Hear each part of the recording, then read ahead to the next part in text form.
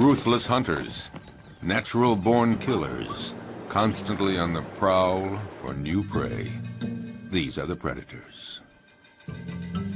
These killing machines are the rulers of the savannah. And yet, although they perform their violent acts every day, they take no pleasure in killing. Rather, it's to survive. For them, as for their prey, life is a daily challenge. In the African savanna, right at the top of the food chain, are many species of big predators. Among them, the crocodile.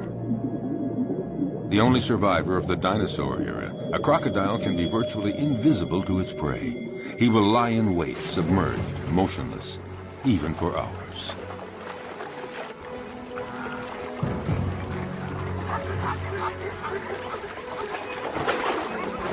Fearsome, discreet, wily, he is perfectly adapted to life in the water and has the sinister reputation as the most dangerous killer in Africa.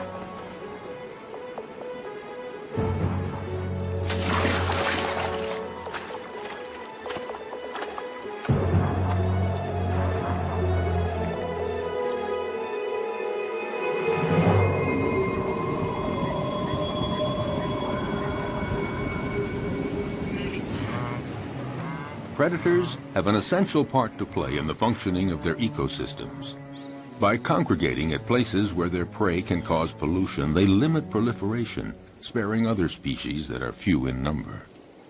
Predators as a group, in limiting populations, help to preserve species that might otherwise eliminate one another.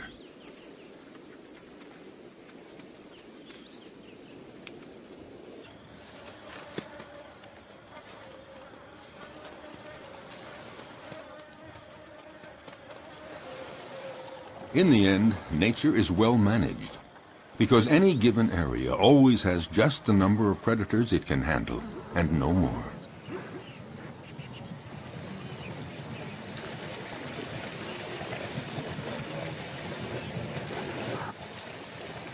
Each predator has its own way of hunting. Their strength and speed seem to protect them from many dangers, but their never-ending need for food, for survival, drives them constantly to keep hunting. Even when prey is abundant, chances of success are never sure. Often it depends on the strategy of the attack.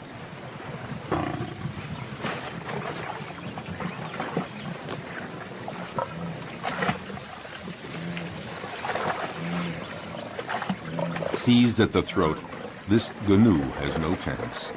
The lioness's jaws have broken its spine.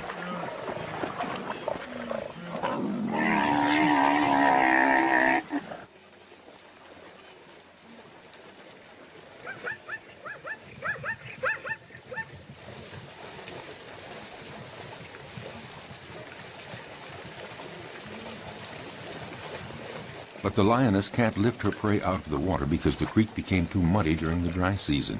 She has to devour the animal here where it was killed, a rare practice. Usually several lionesses hunt together, but there are occasions of solo hunting, and then the lioness can rely only on herself to defend her kill. The prey has barely been taken when other predators start pointing their snouts toward the meal. Yes, it is not enough to hunt down and kill your prey. You have to defend it, too. The fury of a lioness can be fatal for a hyena. The sudden appearance of a buffalo might improve the hyena's chances. But is the big animal a real danger for the lioness? The buffalo keeps approaching, trying to frighten the lioness away from her kill. The herbivorous avenger forces the lioness to flee up a tree. High up in the acacia tree, she keeps a needle-sharp watch on what is happening below. Finally, the buffalo lets the lioness come down, and the hyena sees his chance evaporating. In fact, the hyena gives up. The lioness could return to the dead prey at any moment to finish her meal.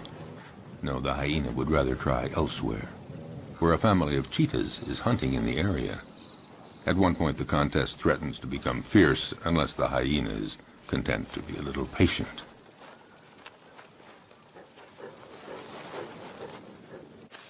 Why not let the fastest predator of the savannah do all the hard work?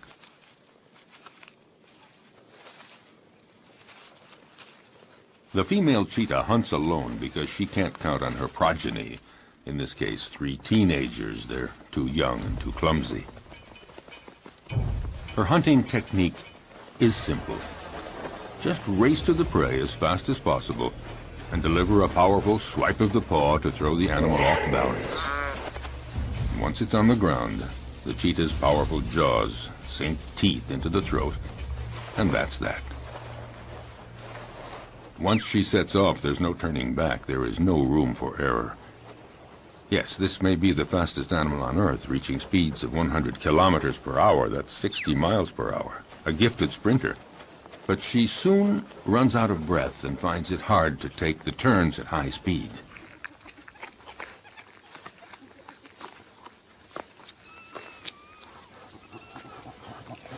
She expends so much energy all at once that she needs a breathing space to recover, and these are precious minutes, because the hyena is on the prowl, and he knows that this is the instant to try something if he's going to steal any of the meat. The young cheetahs waste no time in munching off the first bits. The cheetah senses danger, but what can she do? These kids are too clumsy to make any sort of organized resistance.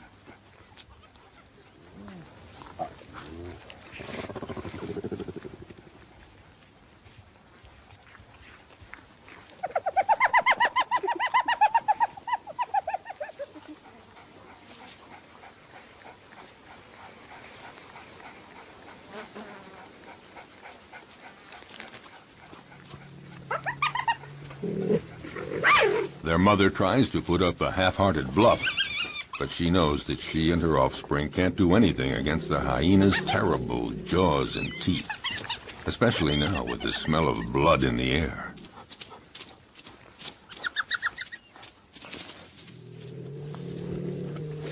She doesn't even try to fight.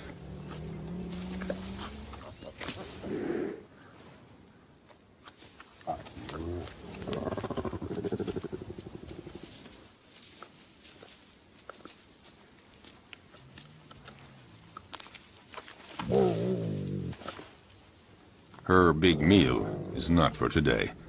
She's a spent force, and she knows it.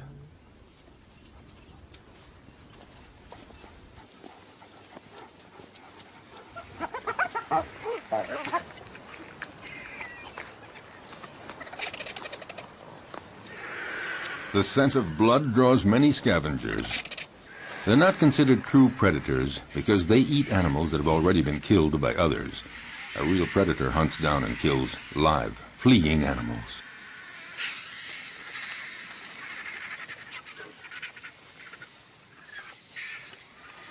As for the hyena, his patience has paid off, and he can eat to his heart's content. And that is apt to be a quarter of his weight, nearly 20 kilograms, 40 pounds of fresh meat. Of course, the vultures might invite themselves to take some of it.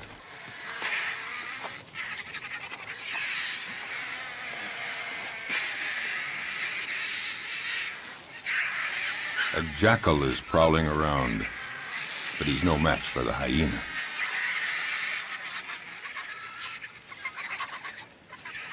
He, in turn, will find his meal someplace else, since the vultures don't seem to be in a sharing mood, not even to give a morsel. So he has to fall back on more modest prey.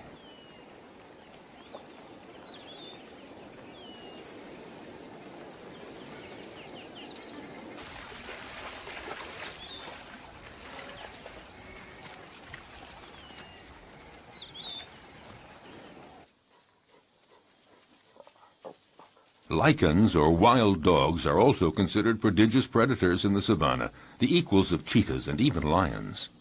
They're among the carnivorous animals that hunt during the day. To feed the family twice every day at sunup and sundown, they leave their lairs to hunt in packs. But they're not always successful, because they're often smaller than the animals they attack.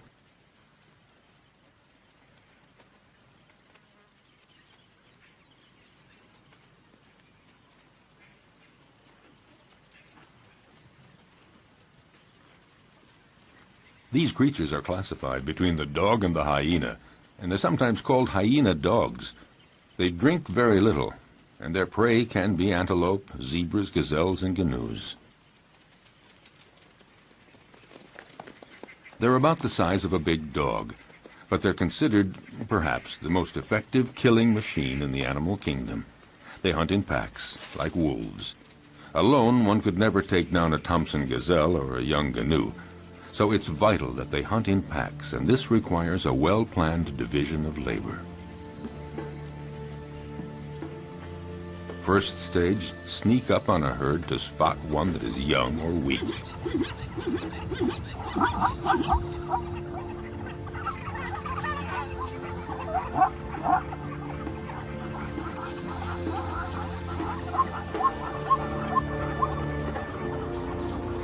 Next, chasing down in relays.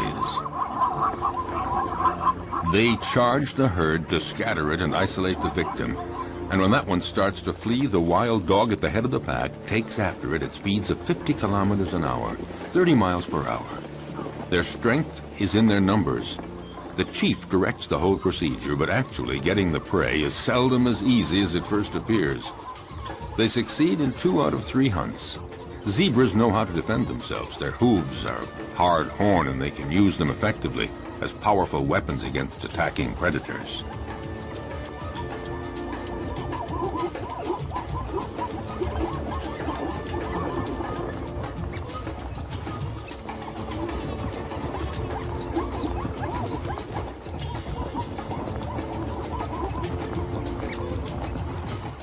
This time, the zebra herd manages to fight off this pack that isn't really prepared for this morning chase. Herbivorous animals know how to put up a good defense. Elephants stand very tall, and they fear none. But the others have to learn the behavior patterns of their potential predators. They know when they're hunting and when they're not. So it's common to see a herd of zebras calmly munching plants just a few feet from a relaxing lioness. But the zebras are watchful all the same. The stallion stands slightly apart like a sentinel. When he senses danger, he alerts the others with a whinny. Instantly, they all form a group and they flee together, with the stallion bringing up the rear, where he can nip the legs of the slow zebras to make them keep up with the others. But the greatest danger for all of them is crossing a river, because it's there that crocodiles lie in wait. If crocodiles are seen as the most frightening predators on the planet, it's because they're not only clever and strong, they have another weapon: their patience. They can go for months without eating, but after a fast like that, any prey passing within range of their massive jaws would have to be very lucky to escape. Armed with about 70 teeth, a thick body armor of scales, and powerful appendages that they can use to leap their full body length, their attacks are furious and frightening.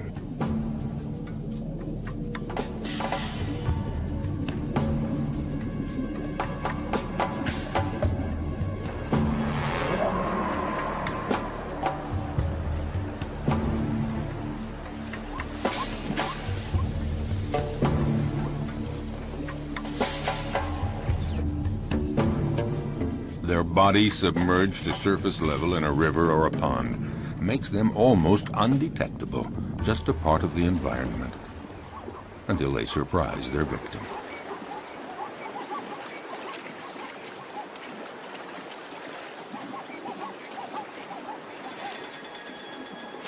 Buffaloes, zebras, antelope, these are perfect prey. And slippery shoreline mud or steep riverbanks often make it hard for the prey to get away.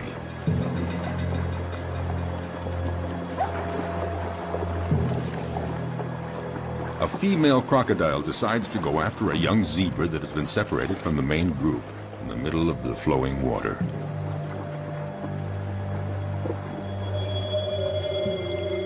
It's not a fair fight. Alone, terrified and wounded in the river, the animal doesn't know where to go or how to get away. The female crocodile tries to drag the wounded creature down into the water, but the youngster is resisting ferociously. It's hopeless. The crocodile has to have a better hold. The prey might get away. Whatever it takes, she has to get a firmer grip with her jaws, and in those few seconds, the zebra could get away.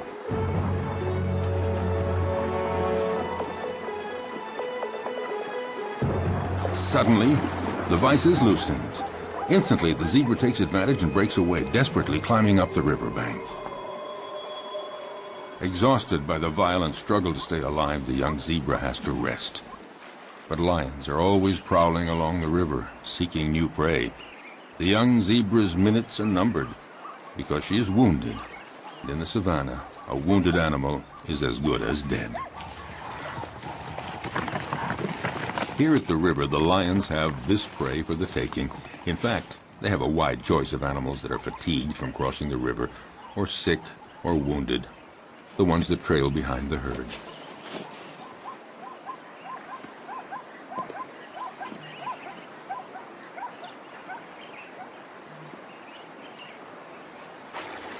As for the crocodiles, they gather around the only crossing point for the animals. A zebra sounds an alarm to warn the others. But the crocodiles are well aware. They know all they have to do is lie in the water and wait. Sooner or later, the next grazing animals will give in to the strong temptation to cross. It might be Thompson gazelles, eager to find that greener grass on the other side. For them, crossing the river is a real adventure. They're too small to resist the current. They wait, hesitating to take the first step. But for all their fear and reticence, the lure of the wonders sure to be found on the other side becomes too strong. The ones motivated by frantic urges to migrate often pay for their audacity with their lives. Sharing meals is a well-established tradition among crocodiles. A female comes to the party, but the prey isn't big enough for two. You don't share a gazelle. Resigned to this, the guest has only to reach the riverbank and participate in a crocodile's favorite pastime, the siesta.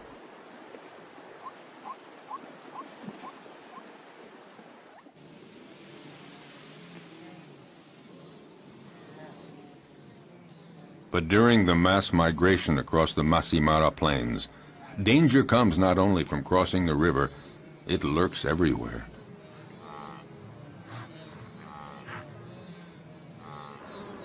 A well-organized pack of wild dogs attacks a young gnu. It's encircled and separated from the herd. The predators then go at it fiercely, relentlessly, showing no mercy. The gnu is exhausted. It's time for the kill. At one point, the animal nearly falls to the ground. One of the wild dogs seizes a hoof. And finally, the creature drops. Often, the attackers will hold the muffle of the prey tight until it stops all movement.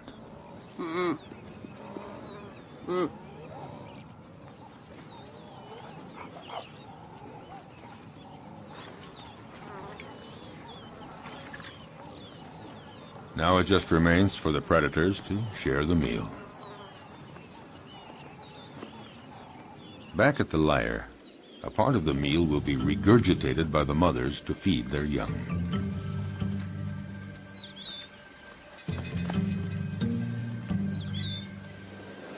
It may seem that predators are ruthless. They show no mercy at all. But they kill only when they're hungry. Their potential prey senses this. As we saw, herds are often oblivious to lions walking almost beside them.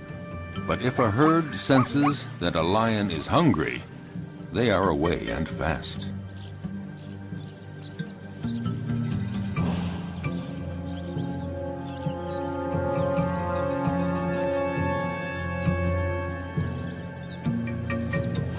Yes, usually lions hunt in groups, or rather the lionesses hunt in groups. Males take no part in the hunting. They are content to feast on what the females bring in. What lions like most are gnus and zebras, the slower animals that are easier to run down, not the gazelles and antelope. Actually, hunting any animal is always difficult.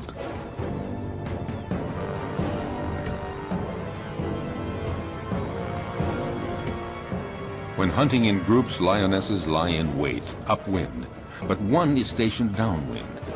They wait for the right moment, and then come out all at once, heading straight for the herd. The targeted animal is, of course, terrified and runs in all directions. There's every chance that the ambush will be successful. It is said that the zebra has an anti-lion camouflage. When they're running fast and trying to get away from the lions, their stripes create an optical effect that makes it difficult for a lion to distinguish where one zebra starts and the other ends. Unfortunately for the zebras, the effect isn't very effective.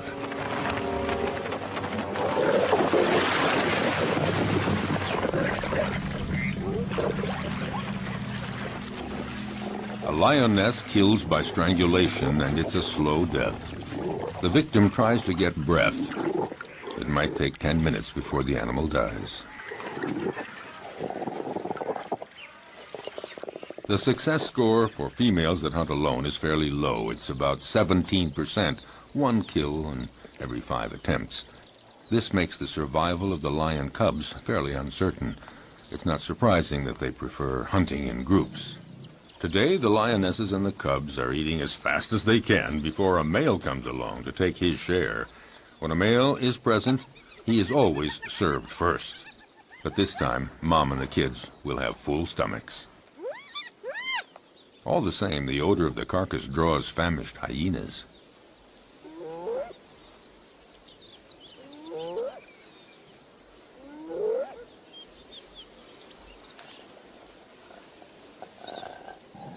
The banquet attracts envious neighbors. The hyena moves in closer, no doubt convinced that the moment has come to make his move. But the lionesses have no intention of letting him get away with it.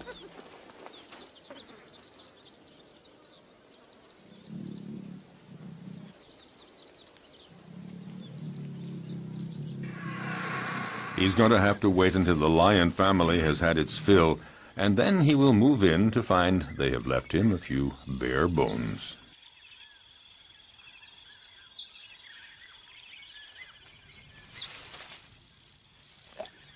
No, not much chance that the lions will leave much for the hyena. Well, if there's nothing here, the hyena has to resume a solitary quest. Why not seek out tender prey, fresh meat, for instance, an unsuspecting, defenseless baby cheetah? For out in the wild, hostile nature, the lives of the young, whether predator or prey, are often precarious.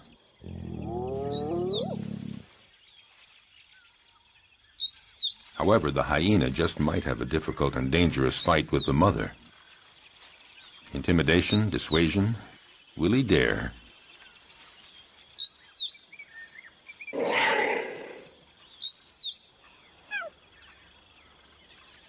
No, the risk looks too great. The hyena goes on his way and keeps on the prowl for other prey.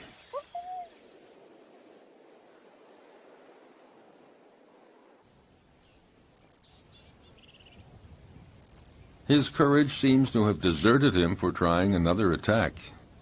Off the hyena goes looking for any food to quell the pangs of hunger. Once the danger is over, the mother cheetah is required to leave her little ones and go off to hunt. But will they be there when she returns? In the savannah, cruel choices have to be made. The hyena appears to have gone off and is now far enough away. The cheetah has to go for it. A quick hunt and then back to the lair.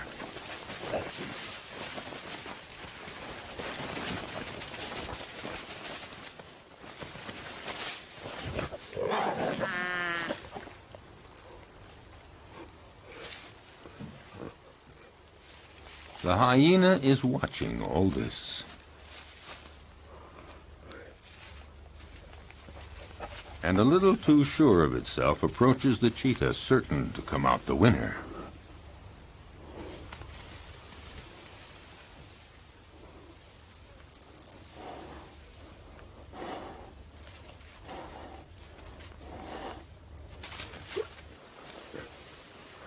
But just then, a new character walks on stage, one that was not expected, a lioness.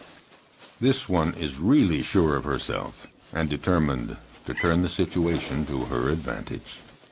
Nobody dares attack her. The hyena and the cheetah are left on their own.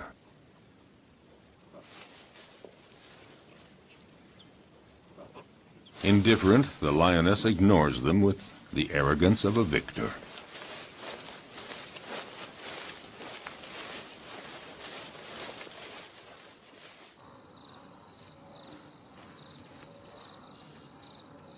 Vexed, the hyena, again, goes off to a safe distance. Out of breath, the cheetah isn't too sure that she'll have a meal today.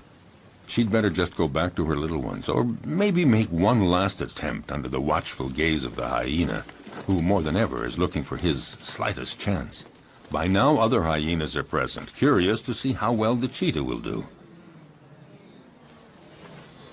With energy born of hopelessness, the cheetah begins a frantic chase in pursuit of a canoe, but she lacks conviction and is too soon out of breath.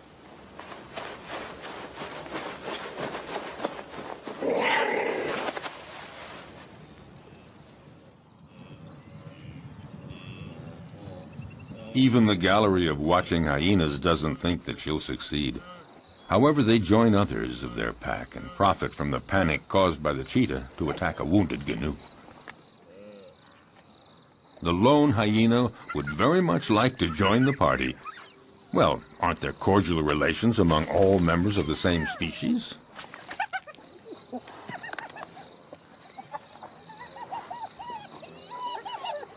No cordial relations at all. A very strict social order determines relationships among individuals in groups of hyenas. The loner is not part of this group, so the dominant female directing the group chases him away in no uncertain terms.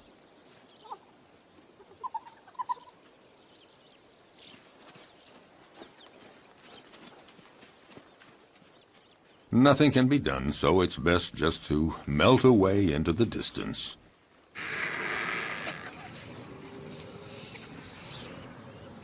The dry season is drawing to a close, and carnivorous animals are finding less and less game, and they're growing weaker. The hyena has been walking for a week, looking for food, doing anything to blot out the terrible pangs of hunger. He has just about enough strength to stand up and return to his lair.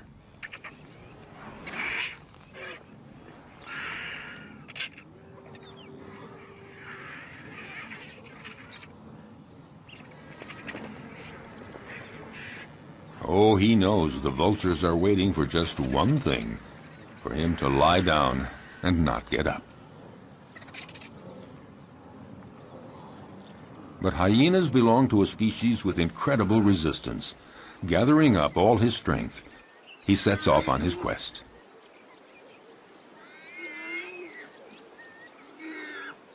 He isn't lucky and doesn't have the strength of a lion, but all the same, his plight isn't so bad compared to that of the warthog that the lioness has no hesitation in devouring while still alive.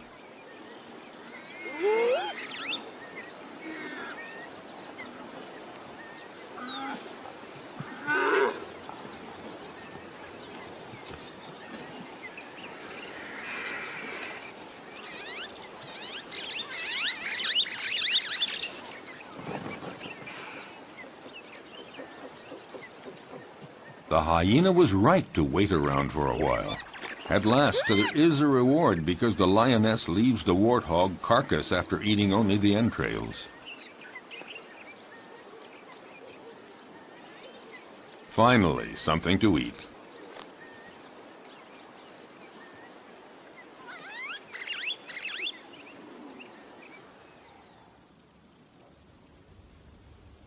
Even among lions, survival isn't always so easy, at least not for the cubs. They may be the offspring of the animal king, but their future is often compromised.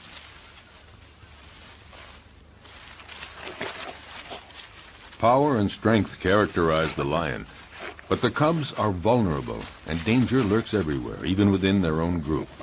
Actually, among the lions, everybody seems to be getting along with a certain intelligence. The females within a family are taking good care of the little ones. A female will submit to any sort of nuisance from the cubs, and will even take care of the ones that are not her own. So the females remain calm, but it's quite different with the males. They guarantee reproduction, and they protect the females and the cubs, but they can turn dangerous for the cubs. Unmindful of his tremendous strength, a male who is annoyed by a cub teasing him just might kill the youngster with a swipe of his paw. Lions like to live in a stable family group, and yet the young ones, especially the newborn, are always vulnerable. Prudently, a female about to give birth distances herself from the group and finds a lair where she can have her cubs. She wants to find a natural hiding place where hyenas and jackals and cheetahs can't get at the little ones, and to keep them safe from the male lions that might come to take them. A female may have as many as 6 cubs at a time, but only 1 in 5 will survive to adulthood. Cubs are most fragile during the first 20 months. Then they are young adults. The mother lioness has to leave her cubs in the hiding place and go out to forage for food, but she never knows whether when she returns she's going to find them dead or alive. Will they escape the prowling predators? The lioness is now isolated from her group, and she has to hunt alone. Her predatory hunting instincts have to overcome her maternal feelings.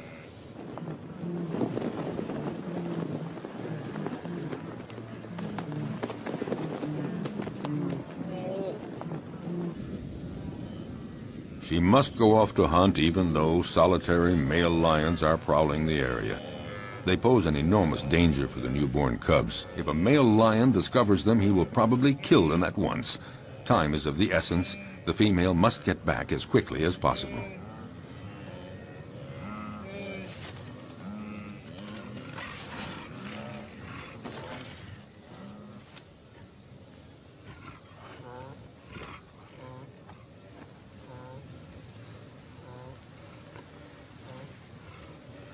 A lion, alerted by the noises, emerges from a thicket.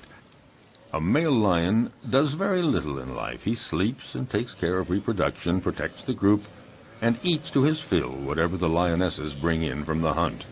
And usually he's first in line. The lioness is well advised to catch her breath quickly and start eating as much as she can to regain her strength before the male shows up.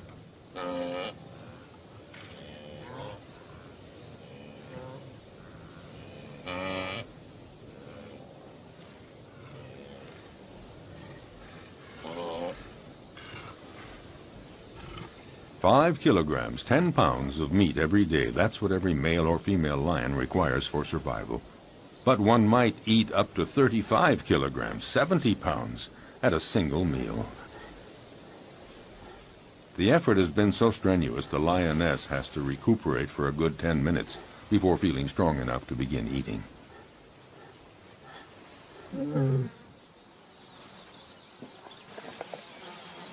Drawn to the food, the male approaches the female. She submits because she knows the social order within lion groups. Males take first.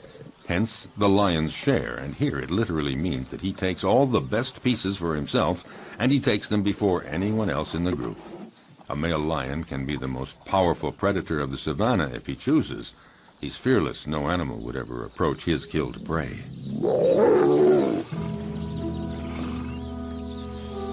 The lioness can only wait, resigned to the situation, and go off to her cubs.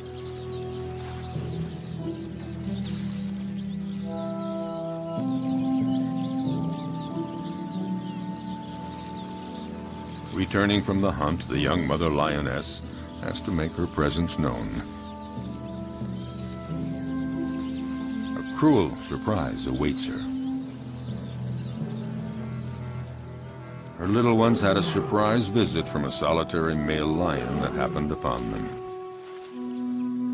Only one cub remains, but it's dead.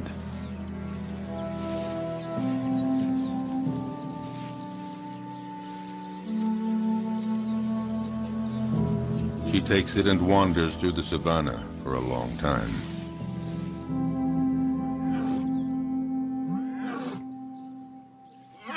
Before she can bring herself to give up the cub's body to the vultures.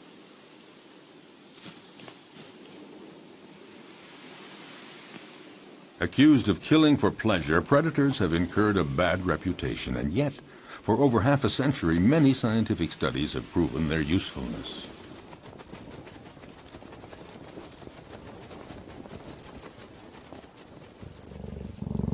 A number of predators are key species that enrich their region and determine the structure of animal communities. They maintain a good balance between various species.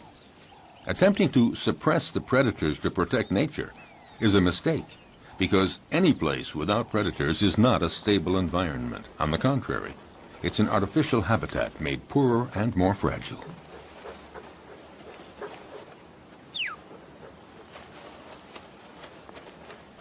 Following an implacable and ferocious law, by attacking the most vulnerable individuals, predators remove weak and sick animals from nature to the benefit of the stronger animals. For all that, the life of a predator is not so simple. Nature's implacable law applies to them, too. A sick predator, one that is wounded or not very good at the art of hunting, will in turn disappear. Learning to be a good hunter requires a long period of instruction. For example, a female cheetah has to take great pains teaching her young to hunt, so they learn to recognize and stalk down their future prey. They have to be taught how to choose prey, sense all its reactions, and know how to get it. Most important, young cheetahs have to master the essential swipe of the paw that knocks running prey to the ground. As a rule, the cheetah is certainly a superb sprinter, but since they can't take the quick turns at high speed while running, they have to rely on striking their prey precisely and forcefully with one paw, throwing it off balance and dropping it to the ground. The students learn this by practicing on a young live antelope provided by their mother.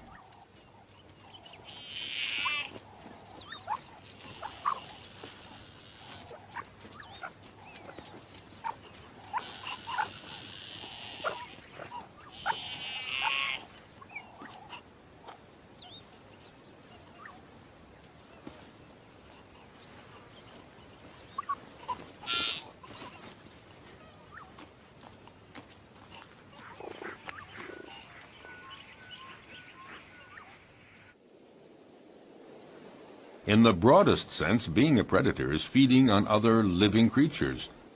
Under that definition, practically all animals are predators. It's just a matter of scale.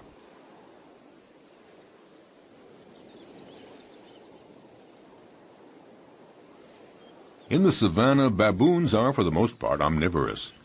But sometimes they reveal themselves as accomplished predators. The males have no hesitation in attacking other mammals that they may encounter on their way.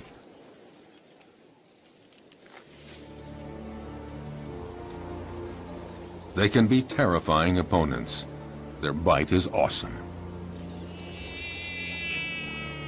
A powerful dominant male has caught a small gazelle. He doesn't wait for the prey to die before devouring it, right in front of his underlings.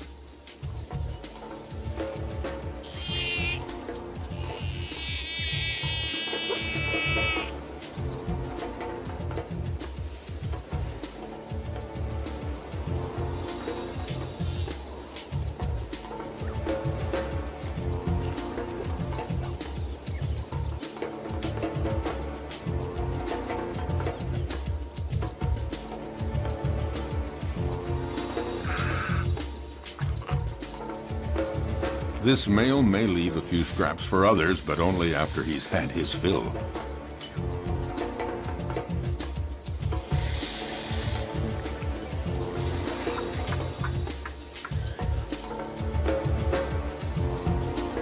In the savannah, death is a part of everyday life.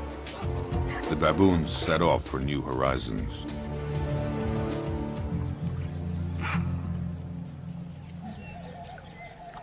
But predators are not limited to attacking weak herbivores. They devour other predators, and at every opportunity.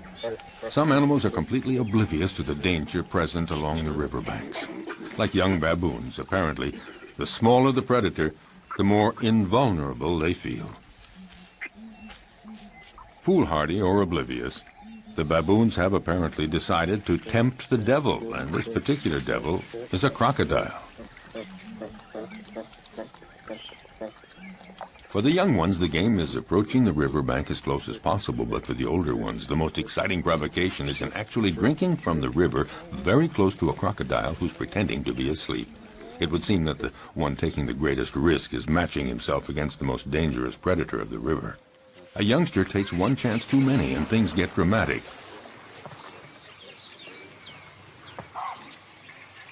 The alert is sounded, but it's too late. The entire group looks on helpless, seeing the young baboon in the jaws of the hungry crocodile.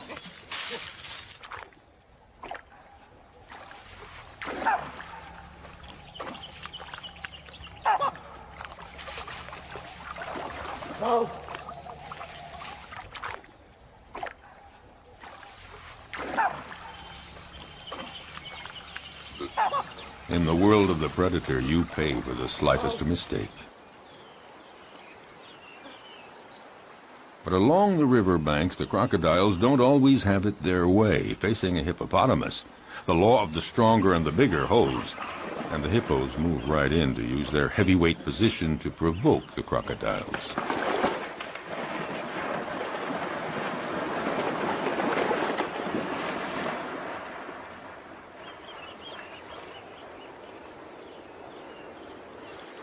The hippos and the crocs live together in the river. The crocodiles may present no direct threat to the hippos, but all the same, they might go for a young, defenseless crocodile. Defending territory, provoking, hippos are quick to show disdain for the crocodiles as soon as they're big enough to intimidate them, and in response, the crocodiles feign indifference. Even the youngest get in the game. On dry land, the adult crocodiles do their best to frighten the hippos.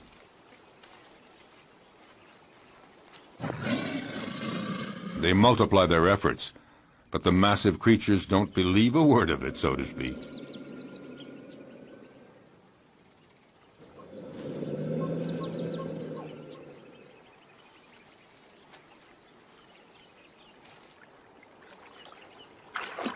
If duels between adults held on land seem not really dangerous for the combatants, it's not the same in the river, when the crocodiles are again in their preferred hunting ground.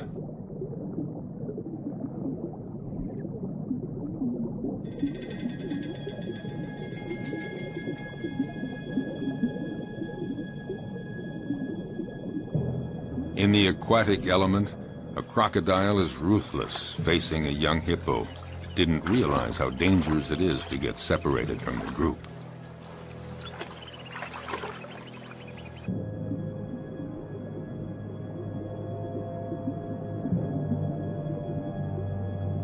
Cunningly, the crocodile approaches slowly.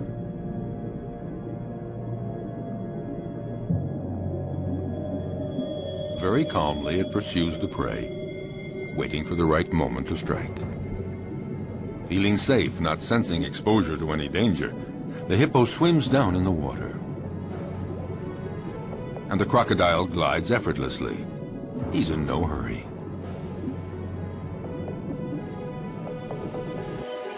In this unequal pursuit, the two animals rise to the surface.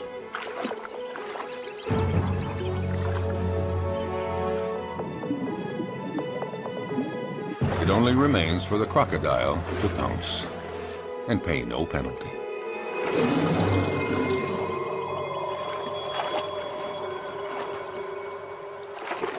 The only place to satisfy a thirst is in the river, and that's where every danger lurks. But nature isn't fair. Some risk everything, others face virtually no danger.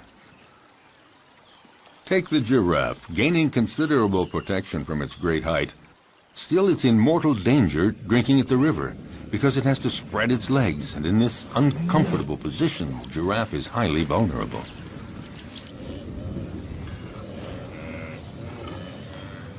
If there's no shortage of game here, it's because every year the migration cycle of the herbivores of Serengeti conducts 1.5 million gnus and countless other animals across the Maasai Mara Plateau to Kenya to spend the summer.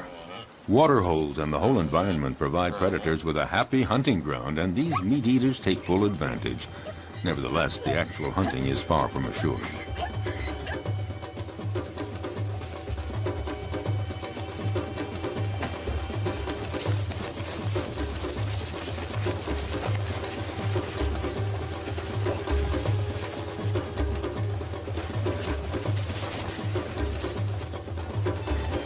As always, some succeed and others fail, but it's not because there's no game. Some prey defend themselves with enough energy to repulse the most ferocious attacks. With 4 against 1, the cheetahs seem to have achieved their goal.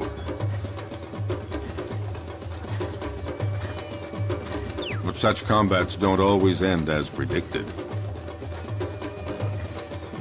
It would appear that the cheetahs have the advantage, but that doesn't take into account the endurance of their opponent or the canoe's instinct for survival.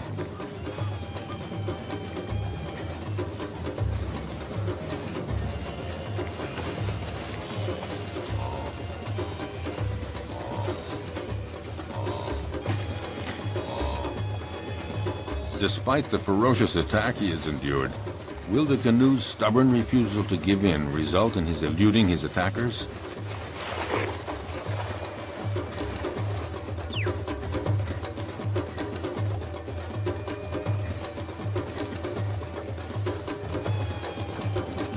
Thrown off balance by the canoe's sustained fury in managing to escape their claws and teeth, the cheetahs seem unable to administer the fatal blow. Suddenly, in an astounding burst of energy, against all odds, the canoe does manage to escape from all those predators. Totally exhausted by all this, the cheetahs give up.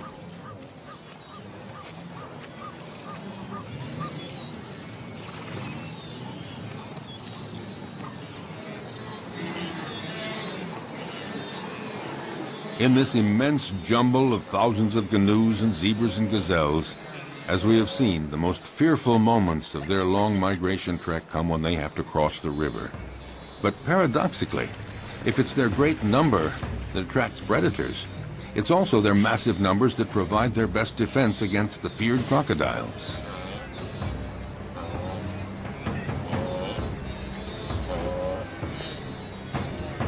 The canoes throw themselves into the river, where the crocodiles await them to conduct them to their doom. But there is such a density, so many animals churning in all directions. In this confusion of horns and hooves, the crocodiles are confused, unable to find a precise target.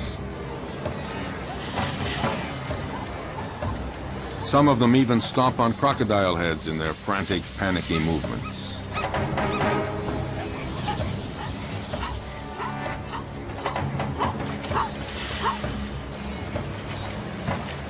This superabundant flow of animals disorients the predators, but any animals that stray from the central melee, any out on their own, are instantly victims of ferocious crocodile attacks.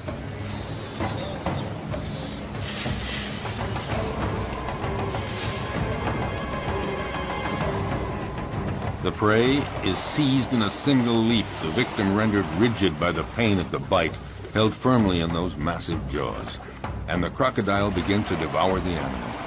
Often several others quickly come to share the feast, unless the first crocodile can manage to plunge the prize to the bottom of the river.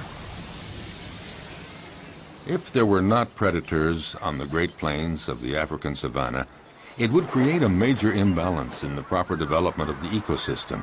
Nature creates a balance where each animal has its place in the food chain. All species reproduce and evolve according to a cycle that allows them to live together in the same territory. Without predators, some species would overdevelop to the detriment of others, possibly resulting in the extinction of species.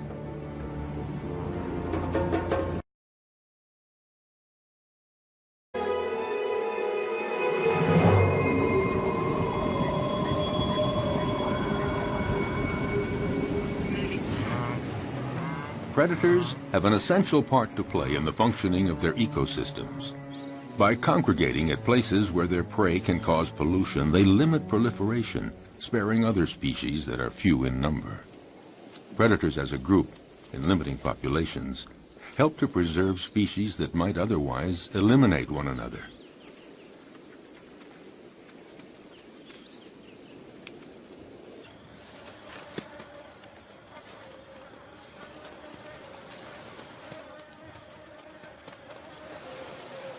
In the end, nature is well managed, because any given area always has just the number of predators it can handle, and no more.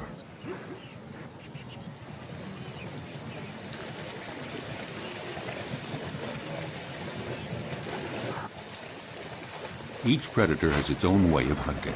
Their strength and speed seem to protect them from many dangers, but their never-ending need for food, for survival, drives them constantly to keep hunting. Even when prey is abundant, chances of success are never sure. Often it depends on the strategy of the attack. Buffalo keeps approaching, trying to frighten the lioness away from her kill. The herbivorous avenger forces the lioness to flee up a tree. High up in the acacia tree, she keeps a needle-sharp watch on what is happening below. Finally, the buffalo lets the lioness come down, and the hyena sees his chance evaporating.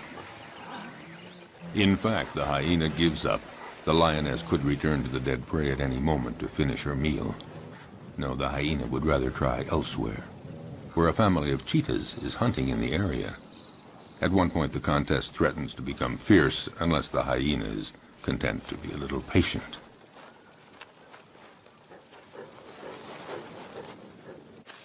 Why not let the fastest predator of the savannah do all the hard work?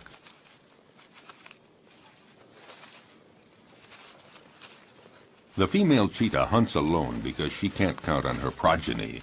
In this case, 3 teenagers. They're too young and too clumsy. Her hunting technique is simple. Just race to the prey as fast as possible and deliver a powerful swipe of the paw to throw the animal off balance. Once it's on the ground, the cheetah's powerful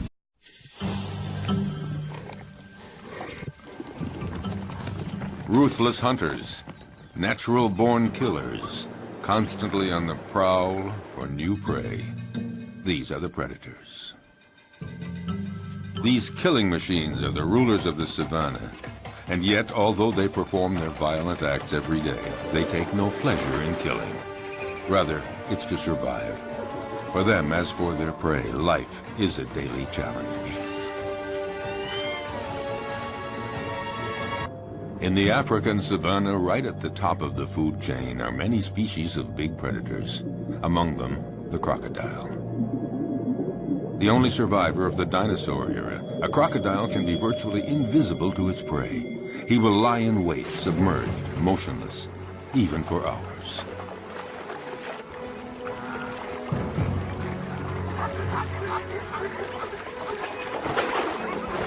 Fearsome, discreet, wily, he is perfectly adapted to life in the water and has the sinister reputation as the most dangerous killer in Africa.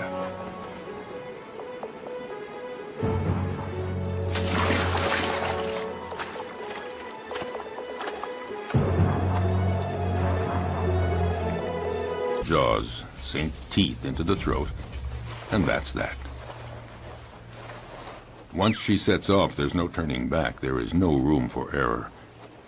Yes, this may be the fastest animal on Earth, reaching speeds of 100 kilometers per hour. That's 60 miles per hour. A gifted sprinter. But she soon runs out of breath and finds it hard to take the turns at high speed.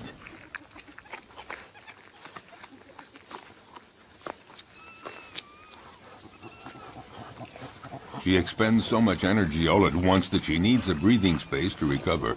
And these are precious minutes. Because the hyena is on the prowl, and he knows that this is the instant to try something if he's going to steal any of the meat. The young cheetahs waste no time in munching off the first bits.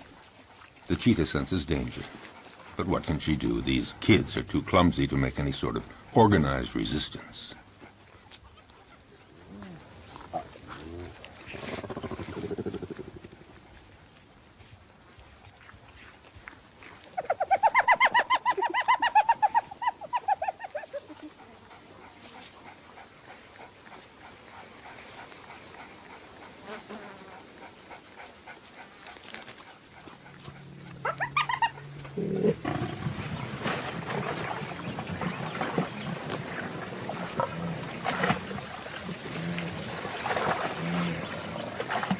Seized at the throat, this gnu has no chance. The lioness's jaws have broken its spine.